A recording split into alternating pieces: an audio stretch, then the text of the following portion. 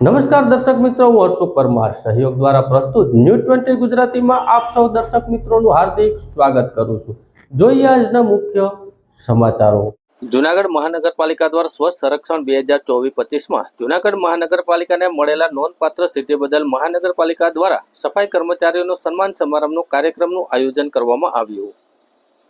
જૂનાગઢ મહાનગરપાલિકા દ્વારા સ્વચ્છતા સંરક્ષણ 2024-25માં જૂનાગઢ મહાનગરપાલિકાના સફાઈ કામદાર ભાઈઓ બહેનો, સેનેટરી ઇન્સ્પેક્ટર, બ્રાન્ડ એમ્બેસેડરો તેમજ મહાનગરપાલિકાના અધિકારી કર્મચારીઓ દ્વારા ખૂબ જ સરાહનીય પરિણામલક્ષી કામગીરી કરી સમગ્ર ભારતમાં નોંધપાત્ર સિદ્ધિ હાંસલ કરેલ તે બદલ તમામને સન્માનિત અને શ્રેષ્ઠ સફાઈ કર્મચારીને ઇનામ તેમજ રકમનો ચેક વિતરણના કાર્યક્રમનું આયોજન કરવામાં આવ્યું હતું।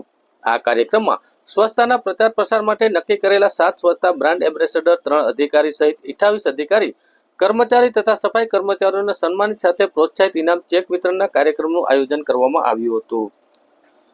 આ કાર્યક્રમમાં માન્ય mayor Dharmeshbhai પોસિયા, commissioner તેજસભાઈ Parmar, deputy mayor આકાશભાઈ Katara, Pallaviben Thakar, ગૌરંગભાઈ Rupaliya પ્રમુખ તેમજ પુનિતભાઈ શર્મા, મનનભાઈ અભાણી તેમજ ઓફિસર શ્રી રવિ ડેડલિયા, મેડિકલ ઓફિસર હેલ્થ સહિતના મહાનગરપાલિકા જૂનાગઢના અધિકારીઓ કર્મચારીઓ ખૂબ જ મોટી સંખ્યામાં સફાઈ કર્મચારી ભાઈઓ બહેનો ઉપસ્થિત રહ્યા હતા।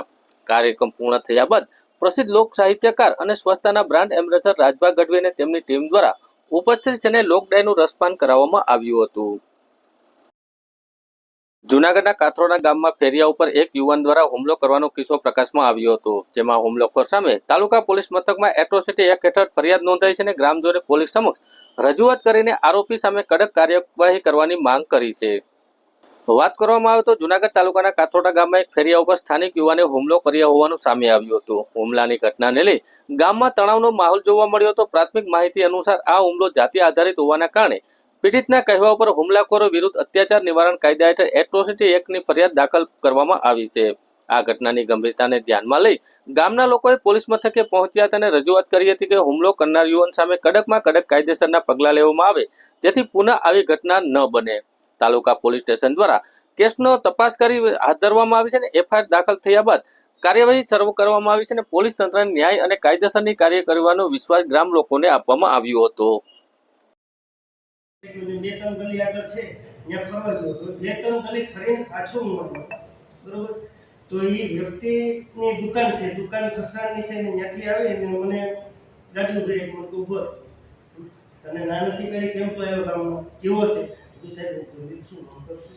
તો મને કે આવ્યો જ કેમ તું? એમ કરીને લાકડી લઈ મને મેરેજ રાખ્યો, મને બોલવા એકલો, એના પપ્પા હતા, એના પપ્પાનો વાક શૈલેષભાઈ દામજીભાઈ રામાણી મારું નામ છે, કાથરોટા ગામ છે અને અમારા ગામમાં વિકાસભાઈ જમનભાઈ ડાવરિયા એ ગમે જ્ઞાતિના હાથે ફેરિયાવાળા આવે, જ્ઞાતિ પૂછીને હલકી જ્ઞાતિના હોય એને ઢોરમાર માર મારે છે।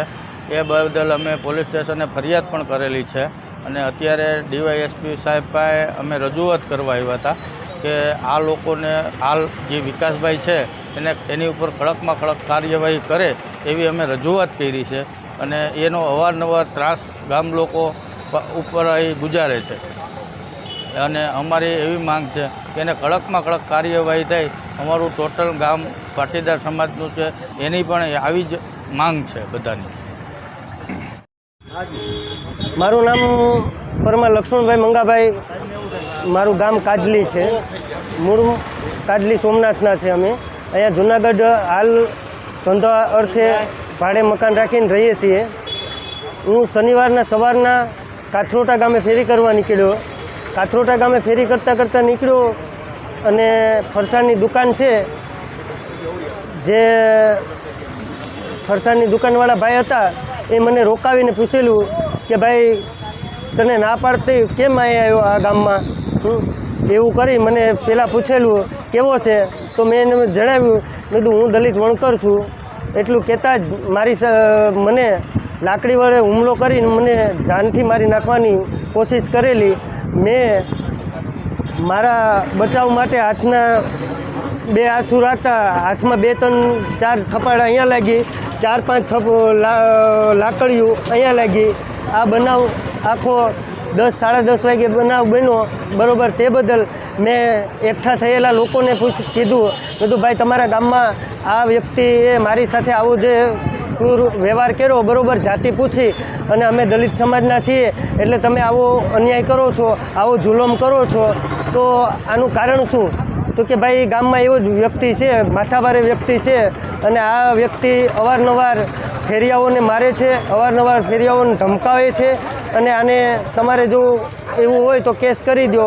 તો મેં કીધું સાહેબ અમે નાના માણસો, અમારેથી કેસના ધક્કા ખવાય નહીં, છતાંય ગામ લોકોનો મને સાથ મળતા, માજી સરપંચનો સાથ મળતા મેં કેસ કરી અને સિવિલ હોસ્પિટલમાં મને દાખલ કરેલો.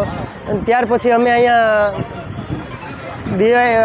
જિલ્લા અધિક્ષક પોલીસ કચેરીએ આવ્યા, ધાંધલ સાહેબને મળેલા અને સાહેબને રજૂઆત કરેલી. આનો કાથરોટા ગામ. હા, નામ તો મને નહોતું આવડતું પણ જાણવા મળ્યું 2 દિવસથી કે ભાઈ વિકાસભાઈ નામ છે એમનું, પટેલ છે. હા, જ્ઞાતિ એ પટેલ છે વિકાસભાઈ.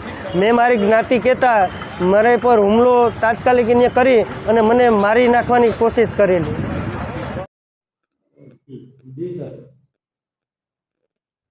જૂનાગઢ તાલુકા પોલીસ સ્ટેશન વિસ્તારના કાથરોટા ગામમાં લક્ષ્મણભાઈ મંગાભાઈ પરમાર પોતે છે એ ફેરી કરતા હોય અને જ્યારે આ ગામમાં ગયેલા ત્યારે આ જ ગામના વિકાસ ડાવરિયા, જેની ફરસાણની દુકાન છે, ત્યાંથી નીકળતા તેને ઊભા રાખેલા અને તેની જાતિ વિશે પૂછેલું. ત્યારબાદ પોતાની ફરસાણની દુકાનમાંથી લાકડી લાવી અને તેના હાથના ભાગે તથા કમરના ભાગે લાકડી વડે માર મારેલો. આ બાબતે તેને જાતિ પ્રત્યે પણ અપમાનિત કરેલા.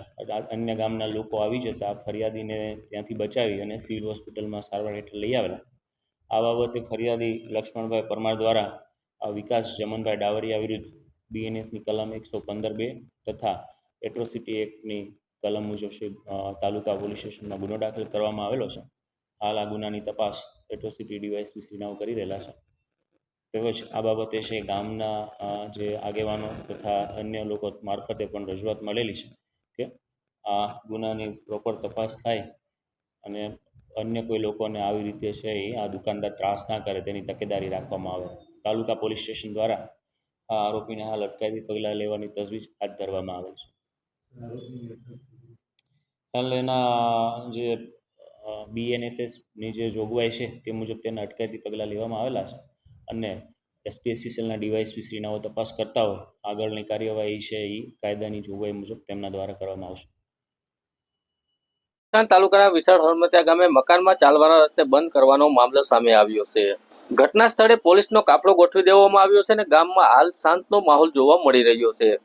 વાત કરવામાં આવે તો ભેસાણના વિશાળ હળમતિયા ગામમાં મકાનના પ્રવેશદ્વાર સામે રખાયેલા પથ્થરના કારણે રસ્તો બંધ થવાનો વિવાદ ઉગ્ર સ્વરૂપ ધારણ કર્યું છે. ઘટનાને પગલે હાલ ગામમાં તણાવપૂર્ણ શાંતિ છવાઈ ગઈ હતી. વિસાવદર વિધાનસભાના આપના ધારાસભ્ય ગામે પહોંચ્યા હતા અને તેના કાર્યકરો સાથે મળીને રસ્તા પર મૂકેલા પથ્થરોને દૂર કર્યા હતા, જેનો ઉદ્દેશ મકાન ધારકને અવરજવર માટે રસ્તો ખુલ્લો કરવાનો હતો. જોકે તેમની ઝુંબેશ બાદ ગામના કેટલાય લોકો ફરીથી દરવાજાની આગળ પથ્થર મૂકીને રસ્તો અવરોધ કરી દીધો હતો.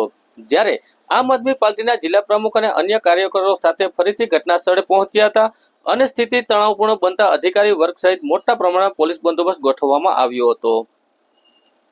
ભેસાણના ટીડીઓ સહિતના સ્થાનિક અધિકારીઓ ઘટના સ્થળે પહોંચ્યા બાદ બંને પક્ષો વચ્ચે સમજૂતી માટે વાતચીત શરૂ કરવામાં આવી હતી. વિવાદને લઈ 6 ઓગસ્ટે કોર્ટે તારીખ મૂકી છે અને બંને પક્ષોએ અત્યારે કાયદાકીય કાર્યવાહીની રાહ જોવાનું નક્કી કર્યું છે, જેના પગલે હાલના તબકે વાતાવરણ વિશાળ હળિયાતમાં શાંતિનો માહોલ સાથે વાતાવરણ જોવા મળી રહ્યું હતું. હરેશભાઈ સાવલિયા આજે ભેસાણ તાલુકાના વિશાળ હળમતિયા ગામે એક પ્રશ્ન આવ્યો હતો. એ પ્રશ્નને 2 દિવસ પહેલાં ધારાસભ્ય ગોપાલભાઈ ઇટાલિયાએ જોયો અને એને એવું લાગ્યું કે ખરેખર આ ખોટું છે. ખોટું એવું હતું કે આ એક મકાન છે, અહીંયા એક બેન રહે છે, તો કોઈ લોકો દ્વારા, માથાભારે લોકો દ્વારા આ બેનના રસ્તો જે હતો, હલાણ હતું, એ હલાણ આડા બેલા એટલે કે પથ્થર મૂકી દેવામાં આવ્યા. ત્યાર પછી આ બેને 8 વર્ષથી આ લડાઈ લડી રહ્યા છે. 8 વર્ષમાં કોઈ પણ પ્રકારનો કોઈ નિર્ણય નહીં. આજ દિવસ સુધી બેન એ બેલાને ઠેકીને જવાનું, ઠેકીને આવવાનું, આવી પોઝિશનમાં જીવી રહ્યા હતા. ત્યારે આજે અમે વિશાળ હળમતિયા ગામે આવી અને સાહેબોને રજૂઆત કરી. અહીંયા TDO, DDO, મામલતદાર શ્રી, પ્રાંત અધિકારી, PI શ્રી, ડીવાયએસપી, એસપી સહિતના ઉચ્ચ અધિકારીઓ તમામ સ્થળ ઉપર આવ્યા, પણ તમામ અધિકારીઓએ ઊંચા હાથ કરી દીધા છે. તમામ અધિકારીઓએ એવું કહી દીધું કે મેટર કોર્ટમાં છે, એટલે અમે કાંઈ કરી શકીએ નહીં. પણ અમારી જાણવા મુજબ પ્રાંત અધિકારીને પોતાને પાવર છે કે આનો રસ્તો ખુલ્લો કરી શકે. કોર્ટનો કોઈ પણ પ્રકારનો નિર્ણય નથી. જ્યાં સુધી કોર્ટ નિર્ણય ન આપે ત્યાં સુધી કોઈનું હલાણ બંધ કરી ન શકાય, આવું કાયદો કહે છે. પણ કાંઈ વાંધો નહીં, આજે તમામ અધિકારીઓને કાયદાને માન આપી અને અમે પણ નિર્ણય લીધો છે કે કોર્ટની તારીખ આગામી તારીખ 6/8/2025 છે, તો 8 વર્ષ રાહ જોઈ છે. હવે એક અઠવાડિયું રાહ જોઈ લઈએ કોર્ટ શું નિર્ણય આપે છે. અને અમને પણ આશા છે કે કોર્ટ માણસાઈની દ્રષ્ટિએ આ નિર્ણયને યોગ્ય નિર્ણય આપશે, એવો અમને વિશ્વાસ છે.